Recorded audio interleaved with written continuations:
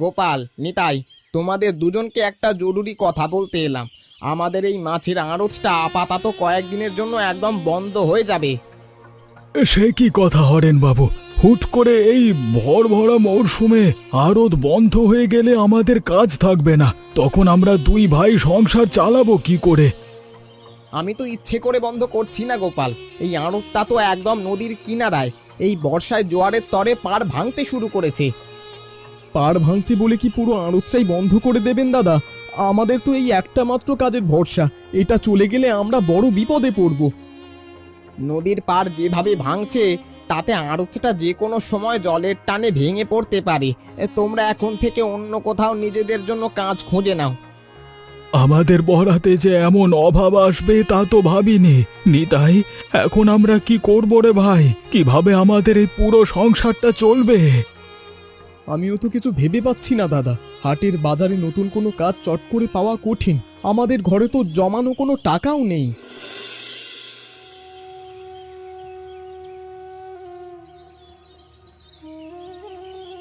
মা, আমার কলেজের পরীক্ষার ফি জমা দেওয়ার শেষ তারিখ কিন্তু চলে এলো। এখনই টাকা না দিলে ওরা আমার নাম খাতা থেকে একেবারে কেটে দেবে। আমার কাছে এখন কোনো টাকা পয়সা নেই রে পূজা। তোকে তো কতবার বলেছি এই সময় আমার কাছে একদম টাকা চেয়ে মিছে বায়না করিস না। আমি টাকা চাবো না তো কার কাছে চাবো মা? আমার পড়াশোনা কি তবে মাঝপথে বন্ধ হয়ে যাবে একেবারে? আমি কি আর কলেজে যাব না? তোর পড়াশুনো বন্ধ করতে কে বলেছে রে? এখন ঘরের যে অবস্থা তুই তো সবই জানিস। তোর বাবা আসুক, তারপর ওনাকে নিজের মুখেই সব বলিস। মা, অমন করে কান্নাকাটি করিস না। আমি তো সব কথাই দরজার বাইরে থেকে শুনলাম। তোর কলেজের ফি আমি ঠিক সময় মতো জোগাড় করে দেব। বাবা, তুমি এসে গেছো? কলেজে স্যার কিন্তু বলেছেন আর মাত্র 2 দিন সময় আছে। এর মধ্যে টাকা না দিলে বড় ক্ষতি হয়ে যাবে। তুই ওসব নিয়ে একদম ভাবিস না মা। আমি যখন তোকে নিজে মুখে কথা দিয়েছি তখন তোর পড়ালেখা বন্ধ হবে না। তুই মন দিয়ে বই খোল।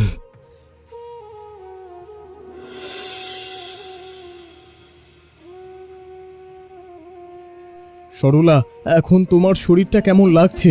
দুপুরের দিকে যে কবিরাজ মশাই এসে বড় বড় দুটো বড়ি দিয়ে গেলেন, ওতে কি চিলতে উপশম হলো না? অবস্থা ধীরে ধীরে আরো খারাপের দিকে যাচ্ছে গো। এখন আর এই গ্রামের ছোটখাটো ওষুধি চিকিৎসা দিয়ে কোনো কাজ হবে না। কষ্ট হচ্ছে।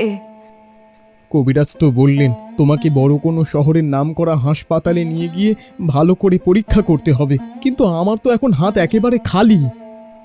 তুমি তো সকাল থেকে আড়তের কাজে ছিলে।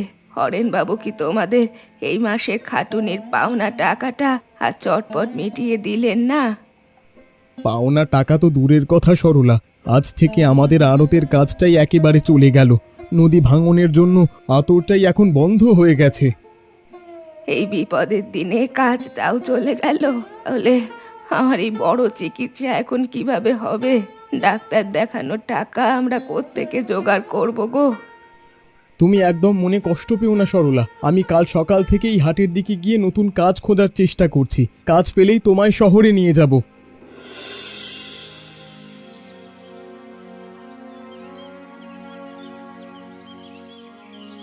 নমস্কার কানাই বাবু, আপনি হাটের দিকে যাচ্ছেন বুঝি? আচ্ছা বাবু, আপনার জানা শোনার মধ্যে আমার জন্য কিছু ছোটখাটো কোনো কাজ হবে? আরে নিতাই যে, না রে ভাই, আমার কাছে এখন তেমন কোনো কাজ খালি নেই। তবে তোমার যদি টাকার দরকার হয় আমার থেকে ধার নিতে পারো। টাকার তো খুবই দরকার বাবু। সরলার শরীরটা খারাপ, তবে ধারের টাকা আমি শোধ করব কি করে? আড়তের কাজটাও তো একেবারে চলে গেল। সে কি কথা ভাই, শুনলাম তোমার বাবা মারা যাবার আগে তোমাদের দুই ভাইয়ের জন্য একটা ভাণ্ডের টাকা আর কিছু ভালো জমি রেখে গিয়েছিলেন। বাবা আমাদের জন্য জমি রেখে গিয়েছিলেন? কই, আমি তো ওসবের কিছুই জানি না বাবু। দাদা তো কোনোদিন এই বিষয়ে আমাকে একটা কথাও বলেনি। গোপাল অনেক কিছুই তোমার থেকে লুকিয়ে রাখছে নিতাই। আমরা তো আগের মানুষ, সব জানি। ও নিজের আখের গোছাতে তোমায় কিচ্ছু জানতে দেয়নি ভাই। দাদা আমার সাথে এমন লুকোচুরি করবে তা তো ভাবিনি বাবু। তবে নিজের চোখে কোনো প্রমাণ না দেখে আমি দাদাকে মিছে সন্দেহ করতে পারছি না। নিতাই, চটপট ঘর থেকে বের হরে ভাই। ঝড় যেভাবে বাড়ছে, আমাদের এই রান্নাঘরের চালাটা তো আজকে রাতের মাঝে একবারে উড়ে যাবে দেখছি। আমি এসে গেছি দাদা, তুমি ওদিকের খুঁটিটা শক্ত করে ধরো, আমি এই বড় দড়িটা দিয়ে চালের বাঁধাটা বাঁধার চেষ্টা করছি, জল পড়ছে। ওগো, তোমরা দুজনে সাবধানে কাজ করো। আমি ভেতর থেকে বড় বড় গামলাগুলো নিয়ে এলাম। চালের ফুটো দিয়ে সব জল এসে উনুনে পড়ছে গো। সাবিত্রী, তুমি রান্নার হাঁড়ি আর চালের বস্তাগুলো চটপট টেনে টেনে শোবার ঘরে নিয়ে যাও। নিতাই, তুই ওদিক থেকে আরেকটা বাঁশ এনে দে তো। এই নাও দাদা, আমি বাঁশটা ধরছি। ভাগ্যিস আমরা দুই ভাই একসাথেই থাকি, নইলে এই ঝড়ে আজ একলা ঘর সামলানো কঠিন হতো। আমরা দুই ভাই একসাথে থাকলে কোনো ঝড়ই আমাদের ক্ষতি করতে পারবে না রে নিতাই। তুই উনুন পাড়ের শুকনো কাঠগুলো চটপট করে ঘরের ভেতর সরিয়ে নে তো।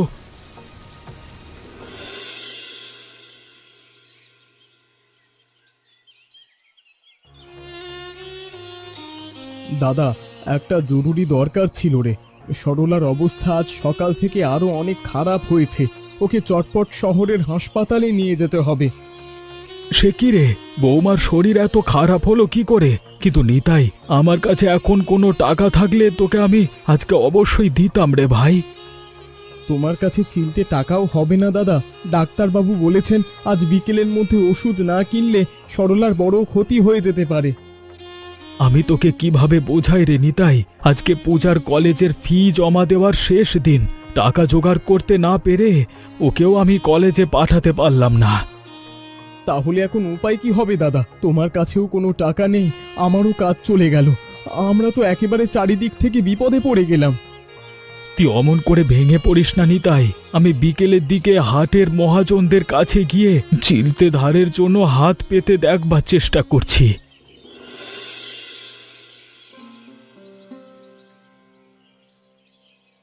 কি হে গোপাল, একা একা বসে আছো যে বড়? তোমাদের আড়তটা তো বন্ধ হয়ে গেল শুনলাম। এখন সংসার চালাচ্ছ কিভাবে ভাই? আর বলবেন না কানাই বাবু, বিপদে পড়ে গেছি। নিতাইয়ের বউটা বিছানায় ছটফট করছে, ওদিকে মেয়ের কলেজে টাকাটাও দিতে পাচ্ছি না। এই অভাবের দিনে এক কাজ করো না কেন গোপাল? তোমাদের বাড়ির পেছনে যে খালি জমিটুকু পড়ে আছে ওটা ভালো দামে বিক্রি করে দাও। বাপদাদার শেষ স্মৃতিটুকু বিক্রি করতে মন চাইছে না বাবু। এই জমিটুকু চলে গেলে আমাদের আর মাথা গোঁজবার কোনো সম্বল থাকবে না। আমি তো তোমাদের মঙ্গলের জন্যই বলছি গোপাল, জমি বিক্রি করে সাময়িকভাবে অনেক বড় উপকার হবে। বৌমার চিকিৎসা হবে, মেয়ের পড়ালেখাও চলবে। আপনার কথা ফেলে দেওয়ার মতো নয় কানাই বাবু, বিপদ তো চারিদিক থেকে ঘিরে ধরছে। আমি বাড়ি গিয়ে নিতাইয়ের সাথে একটু ভেবে জানাই।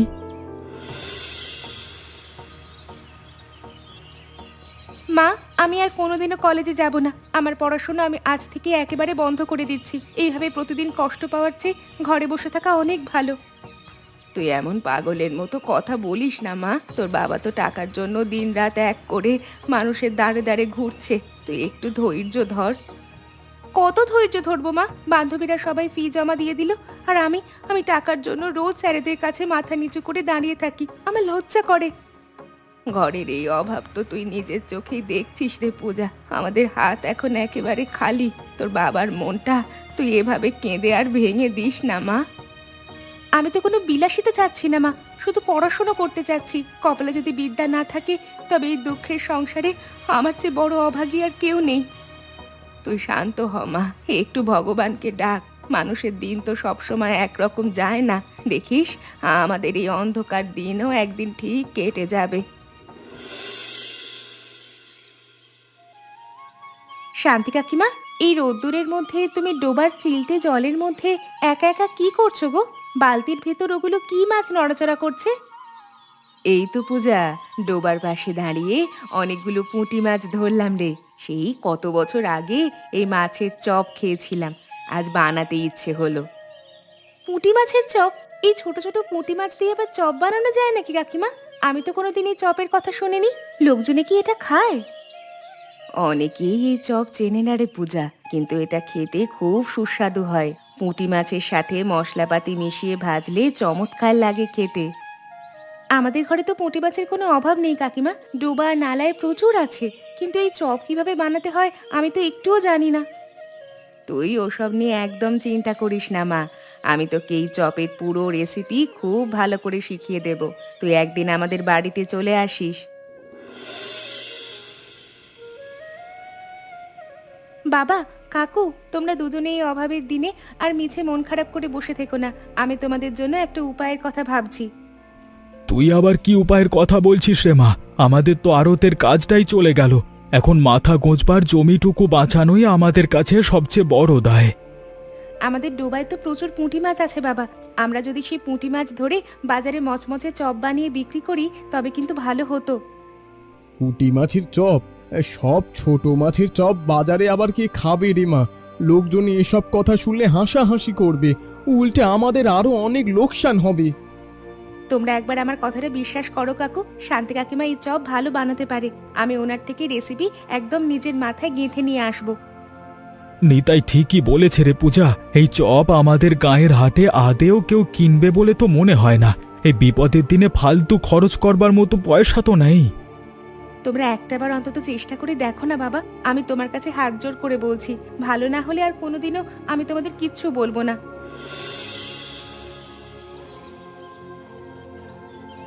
দেখলে তো পূজা, আমি তোকে আগেই বলেছিলাম এই চপ বানানো আমাদের মতো আনাড়ি মানুষের কাজ নয়। এই মশলা আর তেলের টাকাটাই আজকে লোকসান হলো। মাছগুলো সব কড়াইয়ের তলায় একেবারে লেগে ভেঙে যাচ্ছে রে মা।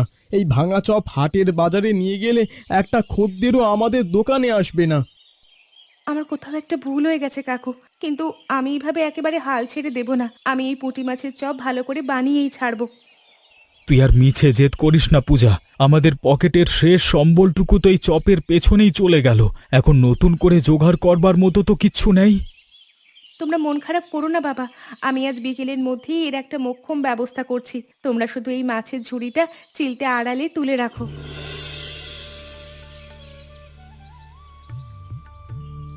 কাকিমা, এই চপটা দেখতে তো চমৎকার হয়েছে গো।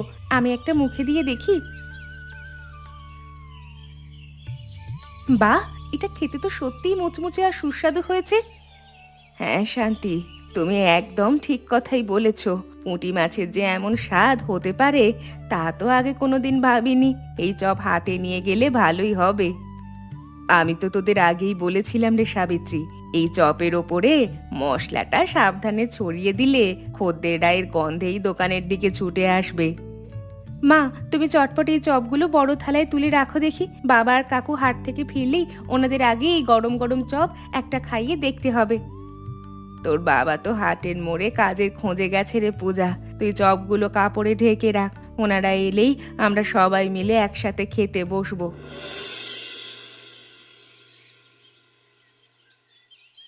দেখ দেখ নিতাই, কড়াইয়ের ওই চপগুলো কেমন গরম গরম মচমচে ভাজা হয়েছে রে ভাই। হাটের মানুষজন তো আমাদের এই নতুন দোকানে বেশ ভালোই লাইন লাগিয়েছে। আমার তো দেখে আনন্দ হচ্ছে। হ্যাঁ দাদা, বিক্রি তো প্রথম দিনেই চমৎকার হচ্ছে। আমাদের পূজার ওই পুঁটি মাছের চপের বুদ্ধিটা কিন্তু ওই চরম অভাবের দিনে আমাদের ভাঙা সংসারে দারুণ উপকারে লেগে গেল রে। চারিদিকের মানুষজন কেমন লাইন ধরে দাঁড়িয়ে আছে দেখ।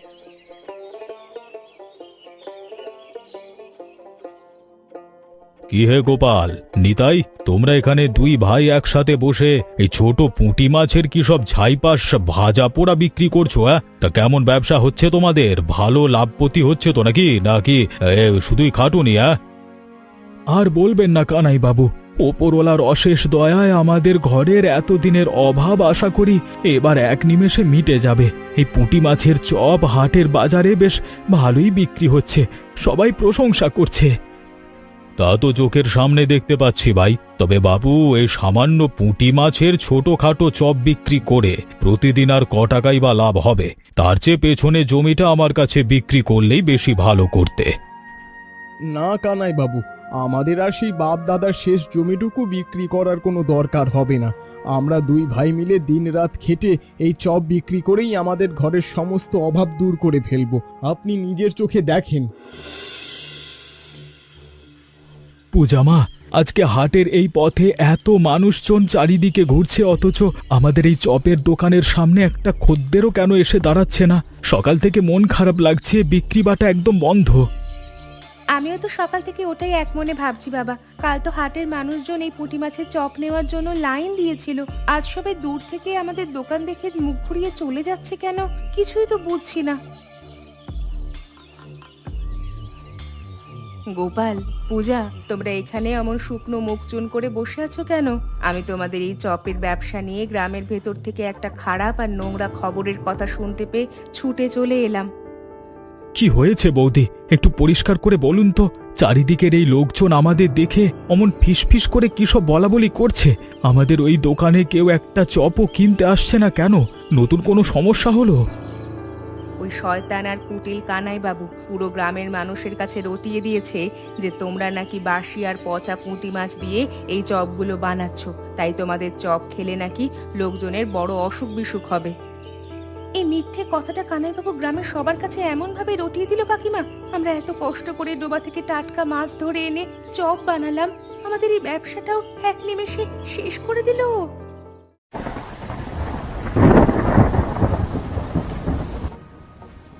নিতাই, দেখ দেখ, বাইরের এই বন্যার নোংরা জল কিভাবে হু হু করে আমাদের উঠানে বাড়ছে রে ভাই। গ্রামের কত মানুষের ঘরবাড়ি এক্কেবারে ডুবে গেল।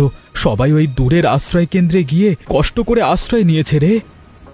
হ্যাঁ দাদা, খারাপ অবস্থা চারিদিকের মানুষের। ওখানকার আশ্রয় নেওয়ার মানুষজনের তো এখন এই চরম দুর্যোগে খাবারের কষ্ট হবে। এই বিপদের দিনে ওদের পাশে আমাদের দুই ভাইয়ের চটপট দাঁড়ানো দরকার রে। তুই একদম নিজের ভাইয়ের মতো খাঁটি আর সত্যি কথাই বলেছিস নিতাই। আমাদের ঘরের ডোবায় এখনো প্রচুর টাটকা পুঁটি মাছ রয়ে গেছে। আমরা দুই ভাই মিলে চটপট অনেকগুলো চপ বানিয়ে ওদের জন্য নিয়ে যাই না কেন? খুব ভালো হবে দাদা, তুই একদম ঠিক কথা ভেবেছিস। আমরা দুজনে আজ সারা রাত জেগে মচমচে চপ ভেজে সকালে ওই আশ্রয় কেন্দ্রে নিয়ে যাব। ওই দুর্যোগের গ্রামের গরিব মানুষগুলোর মুখে অন্তত চিলতে ভালো খাবার তো জুটবে। তাহলে আর মিছে দেরি করিস না ভাই, রাত কিন্তু হয়ে যাচ্ছে। তুই উনুন পাড়ে গিয়ে তেল আর বড় কড়াইটায় চটপট রেডি কর। আমি মাছের বড় ঝুড়িটা নিয়ে ধীর পায়ে এখনই তোকে সাহায্য করতে আসছি।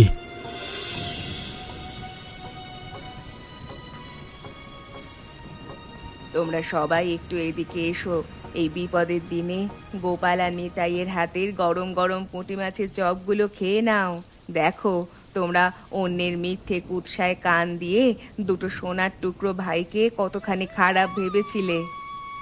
আপনারা মনের ভেতরে আমাদের প্রতি আর কোনো ক্ষোভ রাখবেন না। কানাইবাবুর মিথ্যে কথায় ভুলে আপনারা আমাদের দোকানে আসা বন্ধ করেছিলেন, কিন্তু আমরা কোনো দিনও পচা বা বাসি মাছ দিয়ে চপ তৈরি করি না, সব টাটকা মাছ। আমরা শুধু আপনাদের এই সংকটের দিনে চিলতে সাহায্য করতে এসেছি বৌদি। আমাদের কোনো অন্যায় ছিল না। আপনারা সবাই আজ মন ভরে এই চপগুলো খেয়ে নিন। আপনাদের একটু উপকার হলেই আমাদের এই কষ্টের খাটুনি সার্থক হবে। গ্রামের এই চরম দুর্যোগের দিনে এরাই আপন মানুষের মতো তোমাদের মুখে অন্ন তুলে দিল রে। কানাইবাবুর মতো একটা হিংসুটে আর কুটিল মানুষের কথায় কান দিয়ে তোমরা আমাদের ঘরের ছেলেদের ব্যবসাটা একেবারে বন্ধ করে ভুল করেছিলে। বৌদি, ওসব পুরনো দিনের দুঃখের কথা এখন আর না তোলাই ভালো। সবাই মন দিয়ে খেয়ে নিক। গ্রামের এই মানুষজন চপ খেয়ে চিলতে তৃপ্তি পেলেই আমাদের এই সারা রাতের খাটুনি আর পরিশ্রম এক নিমেষে সার্থক আর সফল হবে।